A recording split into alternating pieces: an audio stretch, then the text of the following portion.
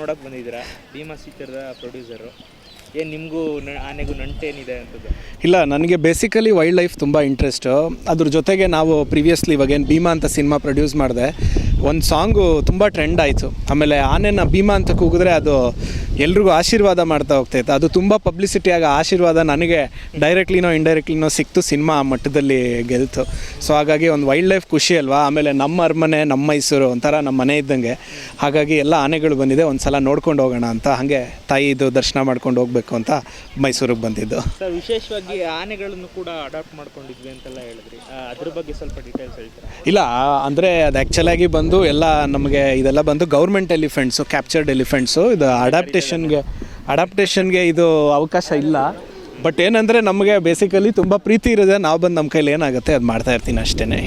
ಹೇಮಾವತಿ ಆನೆ ಬಗ್ಗೆ ಕೂಡ ಹೇಳ್ತಾ ಇದ್ರಿ. ಹೇಮಾವತಿ ಎಲಿಫೆಂಟ್ ಬಂದು ನಾನು ಸಕ್ರೆಬೈಲ್ ಕ್ಯಾಂಪಿಗೆ ತುಂಬ ಹೋಗ್ತಾ ಇರ್ತೀನಿ. ಅಲ್ಲಿ ದುಬಾರೆ ಎಲ್ಲ ಕಡೆ ಓಡಾಡ್ತಾ ಇರ್ತೀವಿ, ಮತ್ತುಗೂಡು ಎಲ್ಲ.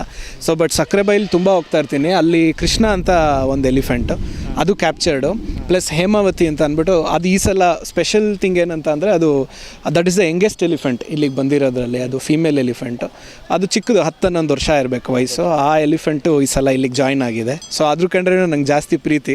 ಅಲ್ಲಿ ನಿಂತಿದೆ ಅದು ದೂರದಲ್ಲಿ, ಅದನ್ನು ಬಂದಂಗೆ ಅದನ್ನು ಮಾತಾಡಿಸ್ಕೊಂಡು ಈಗ ಭೀಮನ್ ಮಾತಾಡಿಸ್ಕೊಂಡು ಹೋಗ್ತಾ ಇದ್ದೀನಿ. ಸರ್, ಈಗ ನಿಮಗೆ ದಸರಾ ಅಂದ ತಕ್ಷಣ ಏನು ನೆನಪಾಗುತ್ತೆ ಅಂತ?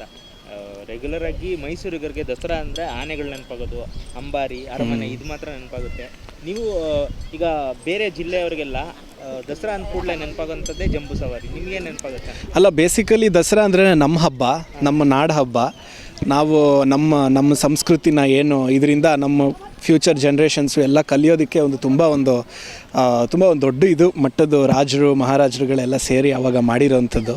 ಸೊ ಅದ್ರ ಜೊತೆಗೆ ಆಬ್ವಿಯಸ್ಲಿ ಆನೆ, ಅಂಬಾರಿ, ತಾಯಿನ ಚಿನ್ನದ ಇದು ಅಂಬಾರಿಲಿ ಕೂರಿಸ್ಕೊಂಡು ಆನೆ ಮೇಲೆ ಇಟ್ಕೊಂಡು ಹೋಗೋದು ಭಾಳ ಒಂದು ತುಂಬ ಸ್ಪೆಷಲ್ ಅಂತ ಅನಿಸುತ್ತೆ. ಸೊ ನಮ್ಮ ಹಬ್ಬ ನವರಾತ್ರಿ 9 ದಿನವೂ ಕೂಡ ತುಂಬ ವಿಶೇಷವಾಗಿ ಆಚರಿಸ್ತೀವಿ. ನಾವು ಕೂಡ ಪ್ರತಿ ವರ್ಷವೂ 9 ದಿನದಲ್ಲಿ ಯಾವಾಗಾರ ಒಂದಿನ ಬಂದು ತಾಯಿ ದರ್ಶನ ಮಾಡಿ ಆಮೇಲೆ ಕಡೆ ದಿನ ಇಲ್ಲಿಗೆ ಬಂದೇ ಹೋಗೋದು, ಜಂಬೂ ಸವಾರಿ ನೋಡಿಕೊಂಡೇ ಹೋಗೋದು.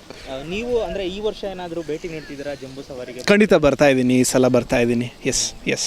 ಸೊ ಕೊನೆಯದಾಗಿ ಸರ್, ಆನೆ ನೋಡೋಕ್ಕೆ ಬರೋರಿಗೆ ಆಗಲಿ, ಎಸ್ಪೆಷಲಿ ಪಬ್ಲಿಕ್ಗೆ, ಆನೆಗಳು ತಾಲೀಮಿಗೆ ಹೋಗೋ ಸಂದರ್ಭದಲ್ಲಿ ಗಲಾಟೆ ಮಾಡೋದು ತುಂಬ ಇರುತ್ತೆ. ಏನು ಹೇಳೋಕ್ಕೆ ಇಷ್ಟಪಡ್ತೀರಾ ಆ ವಿಚಾರದಲ್ಲಿ? ಏನಂದರೆ ಎಲ್ರಿಗೂ ಪ್ರಾಣಿಗಳನ್ನ ನೋಡೋದಕ್ಕೆ ಭಾಳ ಆಸೆ ಇರುತ್ತೆ. ಸೊ ಅದ್ರ ಜೊತೆಗೆ ನಾವು ಕೂಡ ನಮ್ಮ ಜವಾಬ್ದಾರಿ ತಿಳ್ಕೊಬೇಕಾಗತ್ತೆ. ಇಲ್ಲಿ ನಾವು ಪಾಪ ಆನೆ ಮಾವುತರಿಗೆ, ಕಾವಾಡಿಗಳಿಗೆ, ಜೊತೆಗೆ ಅವರ ಮೇಲಿರೋಂಥ ಆಫೀಸರ್ಸ್ಗೆಲ್ಲ ಯಾರಿಗೂ ತೊಂದರೆ ಆಗದಲ್ಲಿರೋಂಗೆ ನಾವು ನೋಡ್ಕೋಬೇಕಾಗಿರೋದು ನಮ್ಮ ಜವಾಬ್ದಾರಿ ಆಗುತ್ತೆ. ದೂರದಿಂದ ನೋಡಿ ಖುಷಿಪಟ್ಟು ಆನೆನ ಫೋಟೋ ಗಿಟೋ ದೂರದಿಂದನೇ ತೆಕ್ಕೊಂಡು ಹೌದು. ಯಾಕೆಂದರೆ ಸಾವಿರಾರು ಜನ, ಲಕ್ಷಾಂತರ ಜನ ಬರ್ತಾರೆ ಇರೋದೊಂದು 20-30 ಆನೆಗಳಿಗೆ. ಸೊ ಹಾಗಾಗಿ ಎಲ್ಲ ಪ್ರೆಷರ್ ಜಾಸ್ತಿ ಆಗುತ್ತೆ ಅದ್ರದ್ದು ಎನ್ವಿರಾನ್ಮೆಂಟಿಂದ ಟೋಟಲ್ ಹೊರಗಡೆ ಬಂದಿರೋದ್ರಿಂದ. ಆ ಕಾರಣಕ್ಕೆ ಎಲ್ಲರೂ ದಯವಿಟ್ಟು ಇವ್ರುಗಳ ಜೊತೆ ಕೋಆಪ್ರೇಟ್ ಮಾಡಿ ಇಲ್ಲಿ ಕೆಲಸ ಮಾಡೋರ ಜೊತೆ ಅಂತ ಕೇಳ್ತೀನಿ. Yes, thank you so much.